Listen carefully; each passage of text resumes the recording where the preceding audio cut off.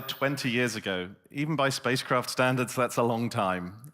It's been a journey with a lot of ups and downs along the way, whether it was external factors like COVID or the technical challenges posed by such a complex mission. Hundreds of obstacles had to be overcome, but everyone wanted to succeed. There's an even unexpected side effect, which was that we've been able to learn from other missions like Aeolus, making EarthCARE even better and even stronger. There has been a lot of work on this project by a lot of great people, and we really particularly want to highlight one of them tonight. The former EarthCARE mission scientist, Tobias Wehr, who sadly passed away unexpectedly a year ago. Tobias spent 21 years working on the mission as the driving force behind the science that it will soon produce. He gave confidence to the science community that the long wait would be worth it.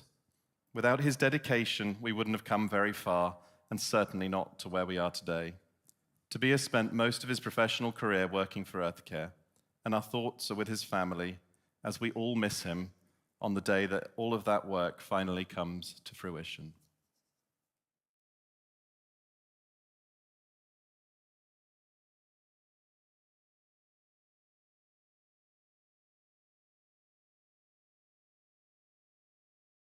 Well, good evening, everyone. Welcome here to the launch pad and our live launch coverage of EarthCARE, a European-Japanese program collaboration satellite, the sixth of ESA's Living Planet program.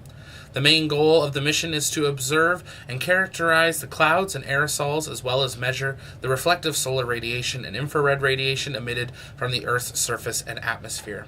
If it's your first time here, though, welcome. Here at the Launchpad, it's our mission to inform and inspire the explorers of tomorrow, because we believe that space is better together, and we are counting down now just about 30 minutes and counting till launch. ESA has gone live a little bit early, so we're going to listen back into the ESA live coverage as we await SpaceX to begin their live pad coverage in just a few minutes. Let's listen back in to the ESA EarthCARE launch event.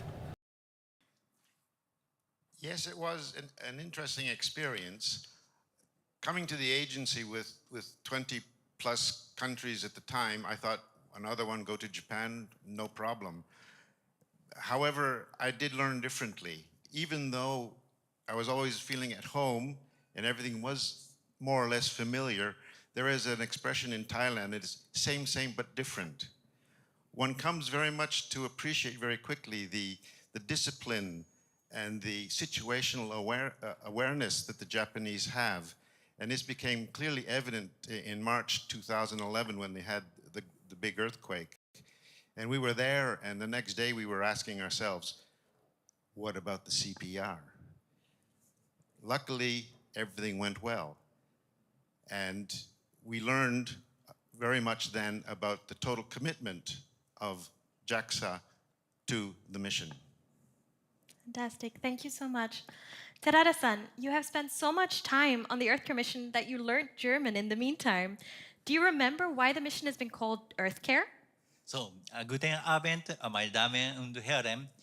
Freue ich mich sehr am EarthCARE Launch Event teilnehmen zu können. So, 私は25年、四半世紀にわたってですね、EarthCAREのさまざまな生まれに関わりました。1999年グラナダでアースエクスプローラーの選考会議に参加して、日本と ESA の共同ミッションのプロジェクトを提案しました。その後、このミッションについて、この名前について、当時のカウンターパートであるペドロ・バプシスタ氏からEarthCAREという名前はどうかという提案を受けまして、これは素晴らしいという名前を素晴らしいと答えました。それから25年経って、EarthCAREは完成して私の目の前に現れました。素晴らしくかっこよく凛々しい姿を見て名前を付けたいと言って白龍バイサードラフェっていう名前を提案しました。日本は2024年、辰年です。白龍は世界中に幸せをもたらしてくれると思います。So, alles Gute zum Start von Hakuryu. Vielen Dank. Thank you very much, Terada-san and Jersey.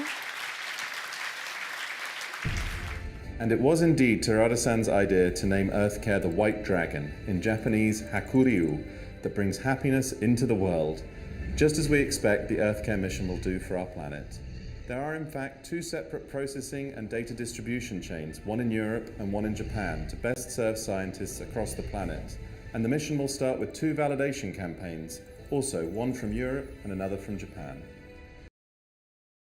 EarthCARE has very much profited between the cooperation between ESA and JAXA, between Europe and Japan. Takaguchi Futoshi is with me, the Vice President of JAXA. Takiguchi-san, why is it so important to cooperate on these large projects? はい、気候変動は地球共通の課題です。その解決には国、地域、世界が協力する必要があります。特に今は国家や地域の分断が深刻な時代です。だからこそ日本とヨーロッパが協力したアースケアは異なる地域が共に同じ目標に向かっていける希望となり得ると信じています。Thank you. I couldn't agree more. Shaping a future is up to us. Thank you very much, Takaguchi-san. And now, let's go over to Dominique Giron from ESA. Dominique, what have you taken away as a benefit from this cooperation between ESA and JAXA? So the first obvious one is to get the best technologies from Europe and Japan to do this extremely challenging mission. And we could not have done it by joining our forces to get it together.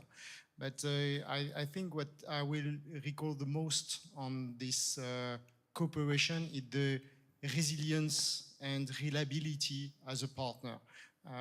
As we have know from the previous speaker, it was a long development. And from time to time, it was even so critical that I wonder if my partner will continue to follow me in this mission. And I could have understood that they say, okay, guys, it's just too much, we have to stop. But they never did that. And it's the other way around, in fact. They support us when we were in a crisis, and when it was their turn to have some problems, we support them. And that's what I keep in mind for this cooperation. Fantastic. That is so nice to hear. Thank you, Dominique. The industry contract to realize EarthCARE was signed back in 2008 with prime contractor Airbus Germany.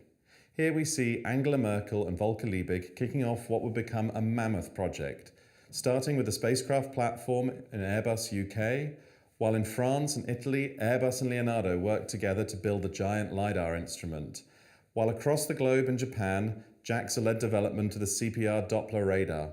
Back in the UK, Thales Alenia Space UK and Surrey Satellite Technology built the two remaining instruments, the broadband radiometer and the multispectral imager. Overall, 75 industry partners from Europe, Japan and Canada have contributed to make EarthCARE happen. You won't find an ESA member state that isn't involved in this mission. And together with the Japanese partners, all the bits and pieces came together and have finally been assembled at Airbus in Friedrichshafen. A large white satellite with a large solar panel. And now we are joined by Albert Saklauer from Airbus, the prime contractor. Albert, the satellite has a new UV laser and needs to fly in a lower orbit than usual, and here it faces more atmospheric friction. Is that a problem for the mission? Well, we would not call it a problem, we call it a challenge for engineers, and engineers love to be challenged. So our solution on this is that we made a very slim design, a very compact one. I would call it even a compact car compared to a compact car. 4 very important passengers on board, going with very low fuel consumption.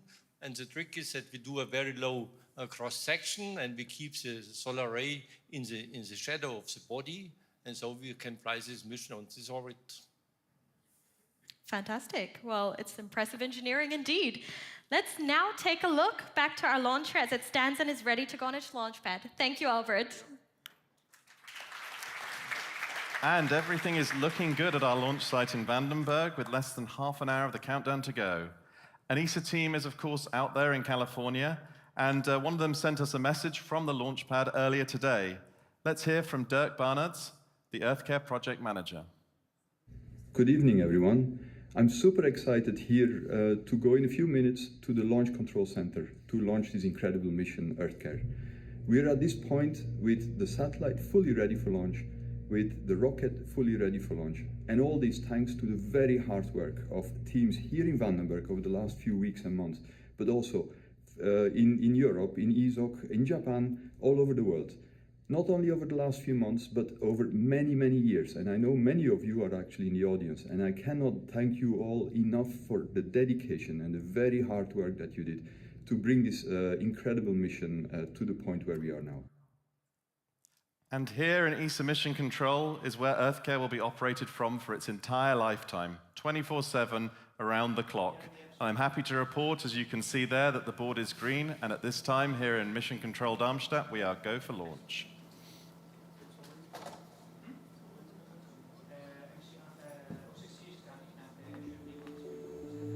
EarthCARE.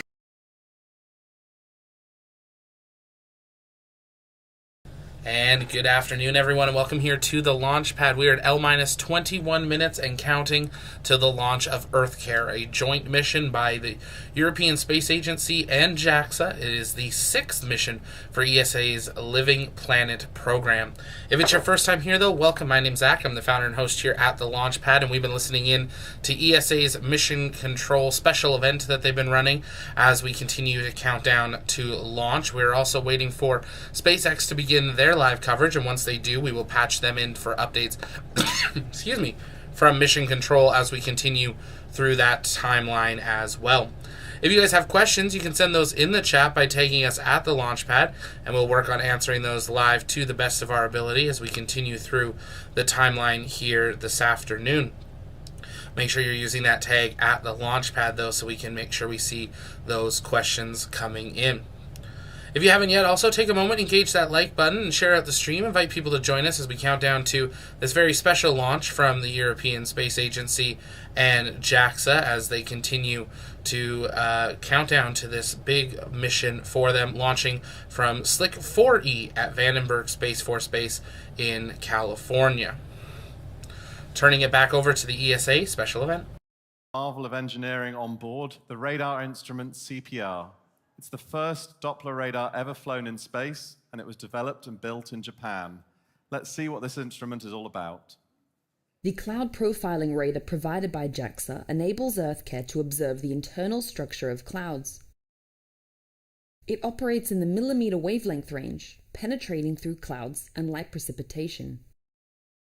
This provides detailed insights into their vertical structure and velocity, particle size distribution, and water content. This radar is essential for studying cloud processes, such as the formation and dissipation of clouds. It also contributes valuable data for improving weather and climate models.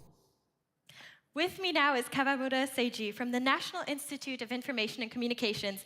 And no, don't worry, we aren't going to start a circus right now. Kawamura-san, the CPR radar is very prominent with its 2.5-meter dish on top. That's about roughly the size of this circle we have here, and the CPR radar we see up there. How did you build this? はい、この CPR のアンテナ、軽くて丈夫である必要があるんですね。そのために CFRP という素材で作っています。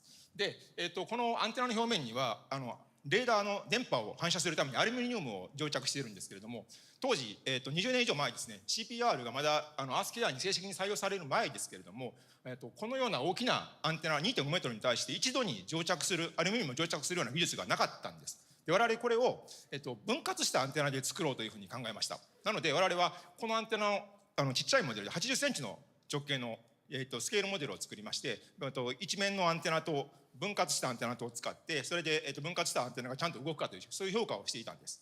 でところが、CPR が正式に採用されることが決まりまして、いざ作るという段階になった時にはこの大きなアンテナに一度に蒸着することができるようになっていました。ということで、我々のその試作した、小さいアンテナというのは CPR に使われることはなかったんです。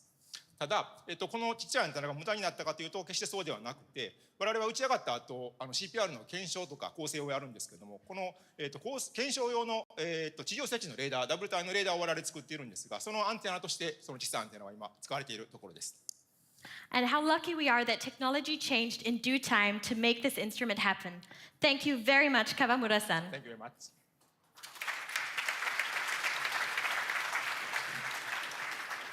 Ese uyo. That is Japanese for controlling the satellite, and that's what the team down in the main control room is preparing to do right now. I've been told just a minute ago that our network of ground stations all around the world are standing by, starting with Hartebestuk in South Africa, then Kiruna and Svalbard high in the Arctic Circle, right at the top of Europe, continuing round to Alaska and then even Antarctica. We are ready to hear EarthCARE. We need them to stay in touch with EarthCARE as it flies from pole to pole in an orbit lasting 5,555 seconds, or about 1.5 hours in more normal numbers. And as the globe rotates beneath the satellite, we scan the planet every 25 days, but touching base every 90 minutes with our Nordic ground stations to download that precious data. Walter Pelzer is with me now, hopefully. He's coming on stage. He is the Director General of the German Space Agency in the DLR. Walter, the control center is in Germany. EarthCARE is designed and integrated in Germany. Major science institutes are involved, and the DLR flies a validation aircraft and hosts a number of data networks.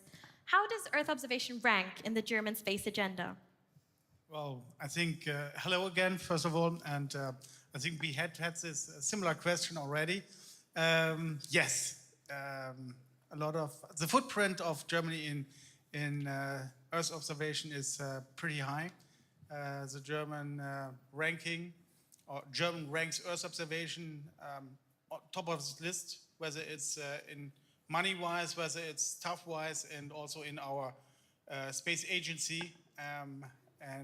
So from this point of view, Earth observation is core when it comes to tackle the great challenges, climate change, other grand challenges we are facing on Earth.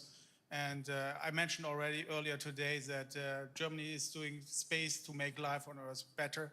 So from this point of view, it's #1 ranked in our space strategy. And so from this point of view, EarthCARE and this mission is #1 when it comes and when it comes to close to our heart. Fantastic. Thank you very much, Walter. Keep up the pace. The world surely needs it. Let's cross the finger for the mission.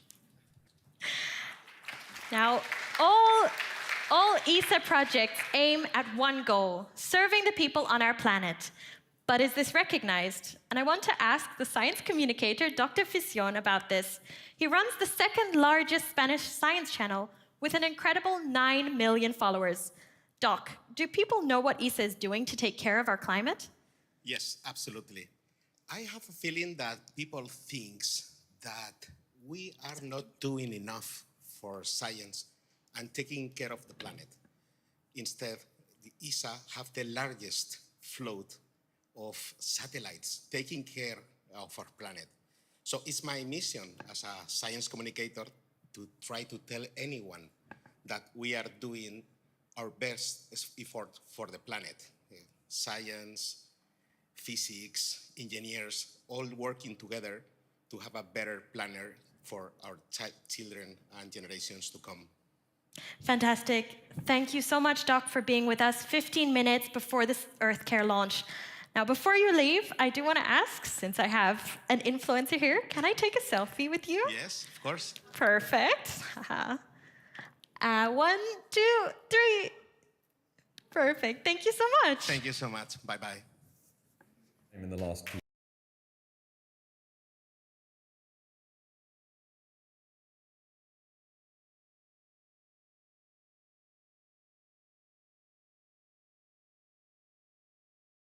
And if you're just joining us, welcome here to the launch pad and our continuing live countdown to launch coverage, where we are now just 13 minutes and counting till the launch of a SpaceX Falcon 9 carrying ESA and JAXA's EarthCARE satellite to low Earth orbit. SpaceX is getting their live views and commentary underway, so we're going to listen in to SpaceX Mission Control as we continue to count down to launch. Hello everyone, it's Tuesday, May 28th, and you're looking at a live view of our Falcon 9 rocket awaiting its 3:20 p.m. Pacific Time launch from Slick 4 East at Vandenberg Space Force Base in California. Today's launch marks SpaceX's 56th mission of 2024 and the 340th overall Falcon 9 mission to date. My name is Zachary Lupin, and I'm an avionics reliability engineer here at SpaceX, and I'm joining you from our headquarters in Hawthorne, California. Welcome to our live launch coverage of the EarthCARE mission, a European Space Agency Earth Explorer mission developed as a joint project between ESA and the Japan Aerospace Exploration Agency, or JAXA. Now, the CARE in EarthCARE is an acronym that stands for Cloud Aerosol and Radiation Explorer. Once in space, EarthCARE will collect data to answer questions about Earth's radiation balance, which is a key factor in regulating Earth's climate. It will also measure vertical profiles of cloud particles and aerosols and their fall speed, or the speed at which the particles and aerosols fall through the air. This data will be used for climate research and will improve the accuracy of climate models and support weather predictions. We'll have more to share about today's payload later on in the webcast. Currently, both the vehicle and range are green, and we are on track for an on-time launch at 3:20 p.m. Pacific time. For now, let's meet the vehicle and learn a little. The launch of the 6. And now, with less than 10 minutes to go, the satellite will now be switched to its internal power. That means that from this point on, it's on its own. It's going to be sipping power from its batteries until it unfolds its big solar panel once it gets to orbit. Starting at the top of the vehicle is the payload fairing, a protective shell that encases the payload being sent to space. That fairing will separate and jettison away from the vehicle, exposing the payload once Falcon 9 reaches space. Today's payload. It is now time to leave Darmstadt and go over to California, where our colleagues from SpaceX will take over for the launch. We'll be right back with you. Equipped with 4 primary instruments, EarthCARE will make a range of measurements that together will shed new light on the role that clouds and aerosols play in regulating Earth's temperature. The mission's data will be used for climate research and will improve the accuracy of climate models as well as support higher fidelity numerical weather prediction. Continuing down the vehicle, we have the second stage. Now, the second stage is powered by a single Merlin vacuum engine, or MVAC, which is optimized to perform in the vacuum of space. After stage separation, the MVAC will ignite and carry the payload to its final orbit. The Falcon 9's first and second stages are connected via the black inner stage, which houses the MVAC engine and the system that decouples the 2 stages during stage separation. And below that is the Falcon 9 first stage, which is powered by 9 Merlin engines. These 9 Merlin engines provide the initial thrust to lift Falcon 9 off of the ground through the lower, thicker part of the atmosphere. And there are 8 engines arranged around one center engine, which are held in place by a structure called the octaweb, a shape designed to maximize efficiency. Now, each of these Merlin 1D engines delivers about 190,000 pounds of thrust at sea level, which gives Falcon 9 a combined 1.7 million pounds of thrust. After stage separation, Stage 1 will return to Earth for recovery and reuse on a future mission using a combination of the Merlin sea level engines and the 4 titanium grid fins located near the top of the booster, which will guide it during its re-entry and landing. The Falcon 9 first stage is also equipped with 4 landing legs that will deploy just before landing to allow for vertical touchdown on a drone ship or a landing pad. And today we'll be attempting to land this booster on Landing Zone 4 at Vandenberg Space Force Base in California. Now, weather and systems continue to look green for today's launch, and let's learn a bit more about today's EarthCARE payload on the pad.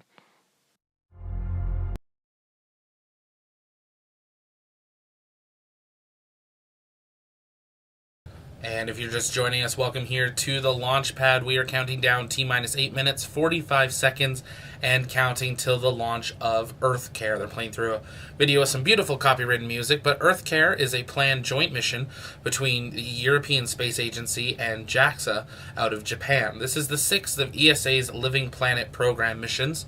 The main goal of this mission is to observe and characterize clouds and aerosols, as well as measuring the reflected solar radiation and the infrared radiation emitted from Earth's surface and the atmosphere. The vehicle will be going into a sun-synchronous orbit.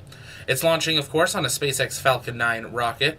Today's rocket is booster 1081, going for its 7th flight on a 52-day turnaround. This booster previously supported SpaceX Crew 7, CRS-29, Starlink 6-34, PACE, Transporter 10, Starlink 8-1, and now is on the pad here today.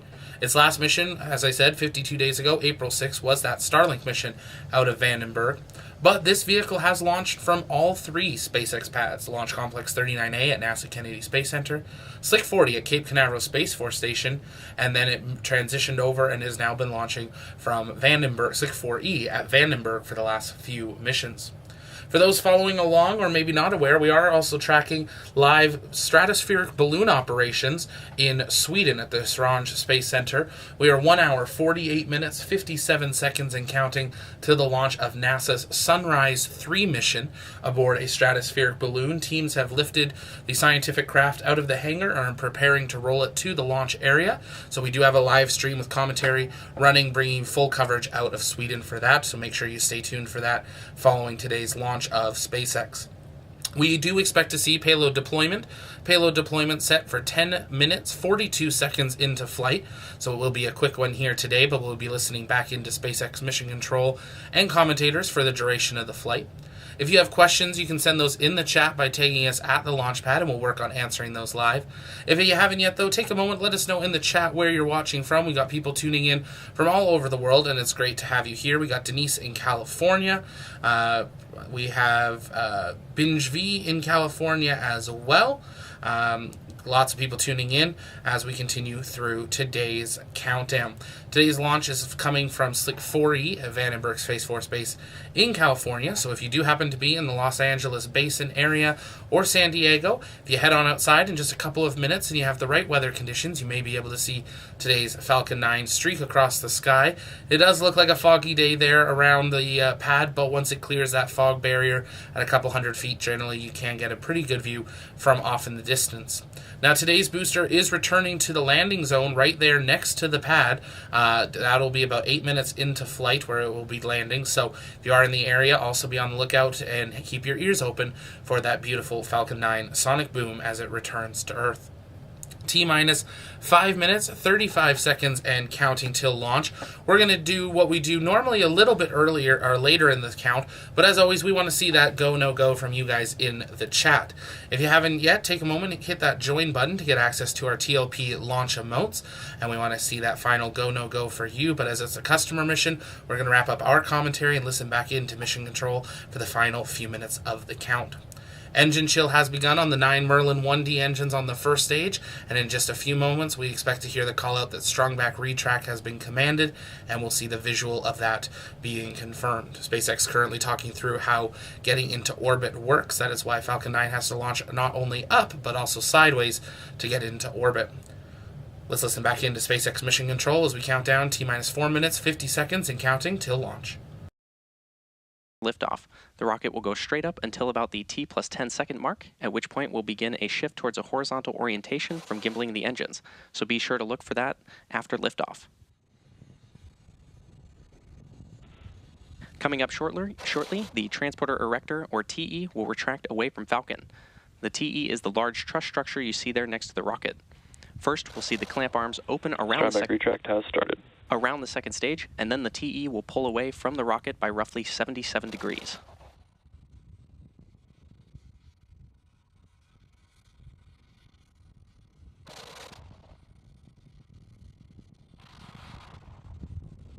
Now that first stage is connected to a launch mount at the base of the TE, but the TE is hinged and will retract away from the vehicle in preparation for launch. You may hear the TE referred to as the Strongback from the launch team, and it does a lot of heavy lifting in the lead up to launch. It's designed to transport, raise, and support Falcon 9 at the launch pad. The TE is also equipped with umbilicals or flexible lines that are used to route the vehicle's fluids, power, and telemetry from the ground systems to the rocket and payload until Falcon 9 switches to internal power and clears the pad. And as you can see on your screen there, the Strongback is retracting away from the vehicle.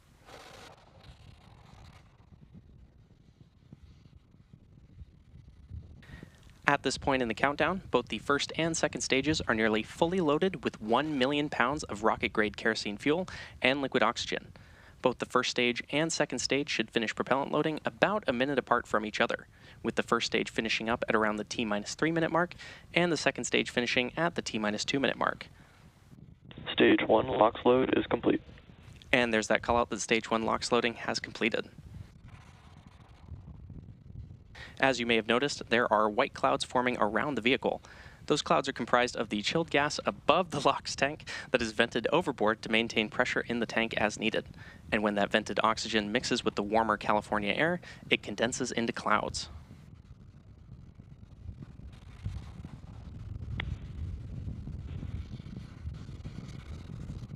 At the T-minus 60-second mark, Falcon 9 will be in startup, and this means that the rocket's autonomous internal flight computers will have taken over the launch countdown, and then just inside of T-minus 2 seconds, we'll light the M1D engines for liftoff. The EarthCARE payload continues to be healthy, and the Falcon 9 team is tracking no issues on the rocket. Weather is still looking green, and the range is ready to support our T0 of 3:20 p.m. Pacific time. And with that, we're proceeding into the last couple minutes of terminal count.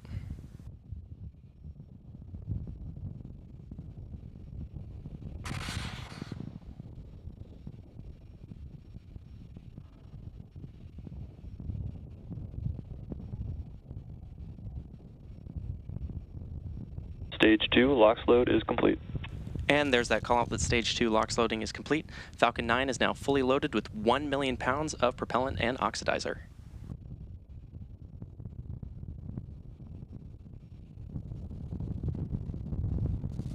Ground gas closeouts. Good call out there. In about 20 seconds from now, we should hear a call out that Falcon 9 is in startup. And as a reminder, this is a call out that the rocket's autonomous internal flight computers have taken over the launch countdown.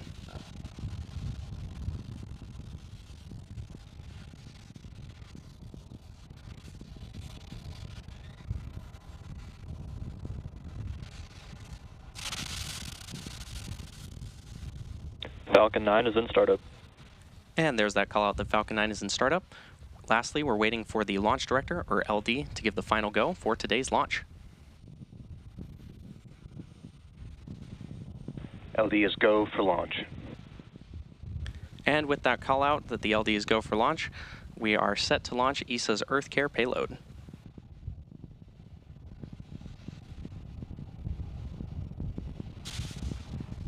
T-minus 30 seconds.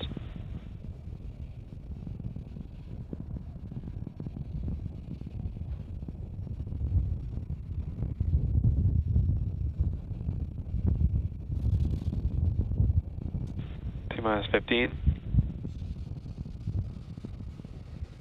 T-minus 10, 9, 8, 7, 6, 5, 4, 3, 2, 1. Ignition.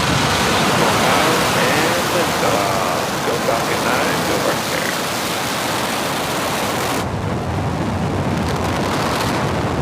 Vehicle pitching downrange.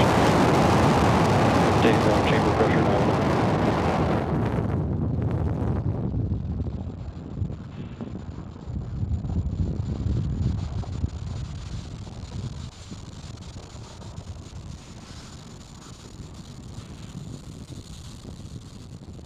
At T plus 30 seconds and counting, Falcon 9 has successfully lifted off from Slick 4 East carrying the EarthCARE satellite.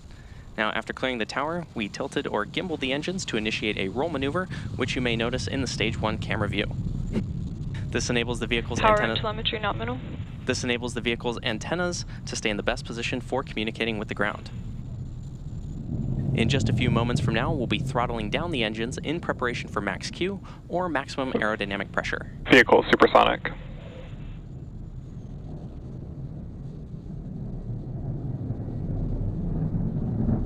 Max Q. And there's that call out for max Q. Now, as Falcon 9 accelerates through the thicker lower atmosphere, the air density decreases, and Falcon 9 passes max Q once the air density lowers faster than the increasing speed of the vehicle. So keep an eye on the Stage 1 telemetry on the bottom left-hand corner of your screen to watch for these speed changes through ascent. And back chill. Good call out there. And as a reminder, the rocket typically needs to go 17,500 miles per hour horizontally in order to avoid being pulled back down to Earth and get into orbit. Now we've got 6 events coming up happening in rapid succession. This will start with main engine cutoff, or MECO, where we shut down all 9 M1D engines on the first stage. Followed by that will be stage separation, where the first and second stages separate. Third will be the Stage 1 flip, a maneuver to turn the first stage around. Then we'll have the second engine start, or SES1, on the second stage. Fifth will be the first stage boost back burn, a controlled burn that reduces the forward velocity away from the launch pad. And lastly will be fairing separation, where the 2 fairing halves will jettison away from the second stage. And all of these events should happen in just a few moments from now.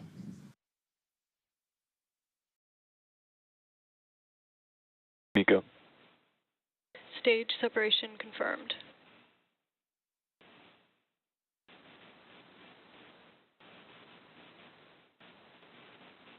MVAC ignition. Stage 1 boost back burn.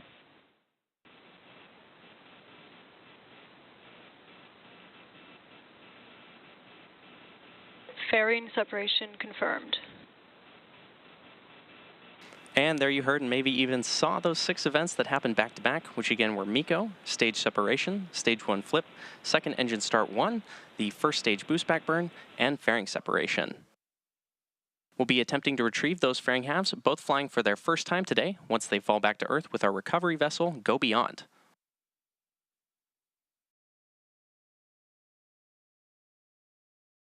Coming up shortly, we should hear a call out for boost back shutdown on the Falcon 9 first stage. Stage 1 boost back shutdown. And there's that call out for stage 1 boost back shutdown. We're currently T plus 3 minutes and 34 seconds into the mission. Our next major mission milestone will be... Both vehicles are following nominal trajectories. Good call out there. Our next major mission milestone will be the first stage's entry burn, which will take place just past the T plus 6 minute mark. Now, to start the entry burn, we will relight 3 of the M1D engines on the Falcon 9 first stage, which is similar to pumping the brakes to slow down the vehicle as it passes back into the Earth's atmosphere. The entry burn helps reduce the heat generated from the friction of the atmosphere and reduces the aerodynamic forces acting on Falcon, which helps maintain controlled flight and prepare for the landing burn. Now, during the entry burn, Falcon 9 is decelerating by firing its Merlin engines, but it's still moving really fast, and this causes the vehicle to fly through Merlin's exhaust gases, or plume, which deposits a layer of soot on the vehicle surface. And that soot comes from the carbon-based fuel that Falcon 9 uses, and with each flight, the soot builds up a little more on the outside of the vehicle.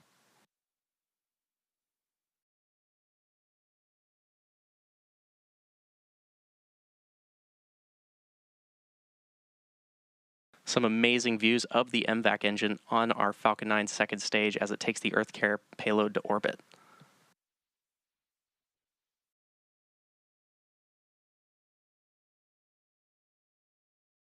Reusability is key to lowering the cost of spaceflight, which enables more investments in critical scientific research. Now, the Falcon 9 first stage that is supporting today's mission is performing this entry burn for its 7th time, coming up shortly. Now, the Merlins on the first stage are optimized for sea level, and these achieve 190,000 pounds of thrust each during ascent and descent. At liftoff, Falcon 9's first stage has thrust greater than 5 747 airplanes at full power, and the MVAC engine on the second stage, with a much wider nozzle, is optimized to 220,500 pounds of thrust in vacuum.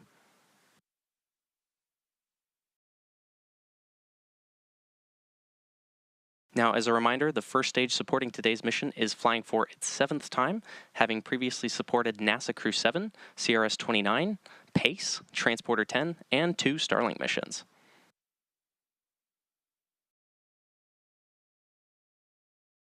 It's also worth mentioning that this is the 56th Falcon 9 launch of 2024 and the 18th launch of Falcon 9 this year from Vandenberg Space Force Base in California.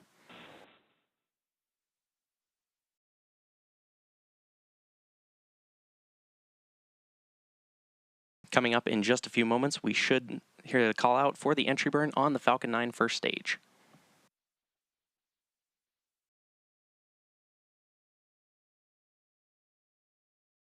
Stage 1 entry burn startup. And there's that confirmation of entry burn startup. This burn will last about 20 seconds and will slow the vehicle down in preparation for the landing burn.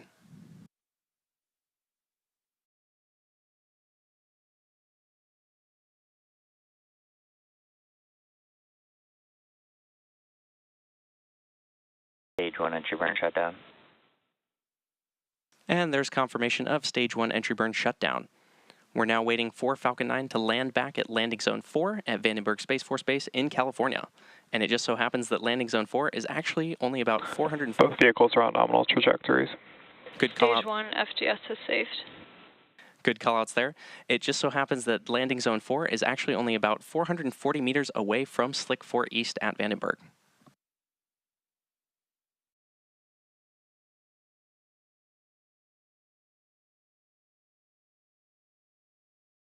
Stage 1 transonic. Good call out there that Stage 1 is transonic. We should hear a call out for landing burn startup on the Falcon 9 first stage in just a few moments. Stage 1 landing burn.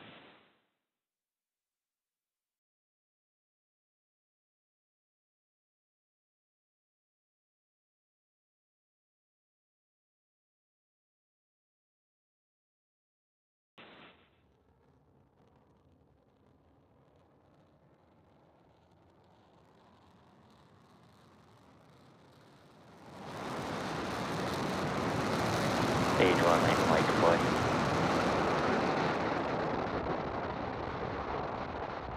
And there you have it. Falcon 9 has Stage 1 successfully landing confirmed. Falcon 9 has successfully Stage 2 FTS is saved. Stage 2 is on terminal guidance. Good call-outs there. Falcon 9 has successfully landed at Landing Zone 4 at Vandenberg. This was the 7th launch and landing for this first stage. And this landing marks SpaceX's 314th recovery of an orbital-class rocket, including first stage landings for Falcon 9 and Falcon Heavy. Coming up next, we'll hear a call-out for SECO 1, or Second Engine Cutoff 1, on the Falcon 9 second stage, currently on your screen. MVAC shutdown. And there's that call out for MVAC shutdown on the second stage. We're now waiting for confirmation of nominal orbital insertion. Nominal orbit insertion. And there's that call out. Now with that call out, we're just one major milestone left in our mission, which is payload deployment, coming up in about a minute and a half from now. Now, Earth Explorer missions like this one are state-of-the-art science and research missions that deliver data to fill gaps in Earth system science and demonstrate new space technologies. EarthCARE is the largest and most complex Earth Explorer satellite to date. The satellite carries 4 state-of-the-art scientific instruments that work together to provide a holistic view of the interplay between clouds, aerosols, and radiation, a cloud profiling radar, an atmospheric LiDAR, a multispectral imager, and a broadband radiometer. Together, these instruments will allow scientists to better understand the processes governing the physics and interaction of clouds and aerosols and their impact on Earth's temperature.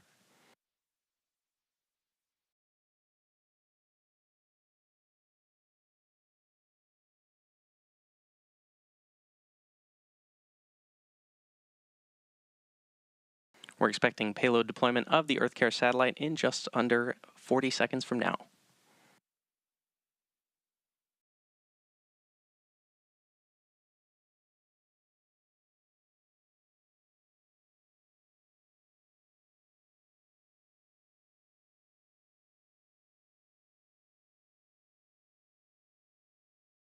As a reminder, this is the 56th Falcon 9 launch of 2024 and the 18th launch of Falcon 9 this year from Vandenberg Space Force Base in California.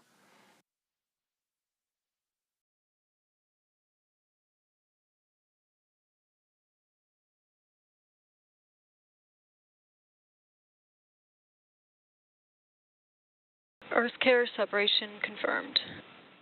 An amazing view there on your screen. Successful deployment of the EarthCARE payload. And with that confirmation, we'll be bringing today's webcast to a close. Today's mission marks SpaceX's 351st overall mission to date and 56th mission of this year.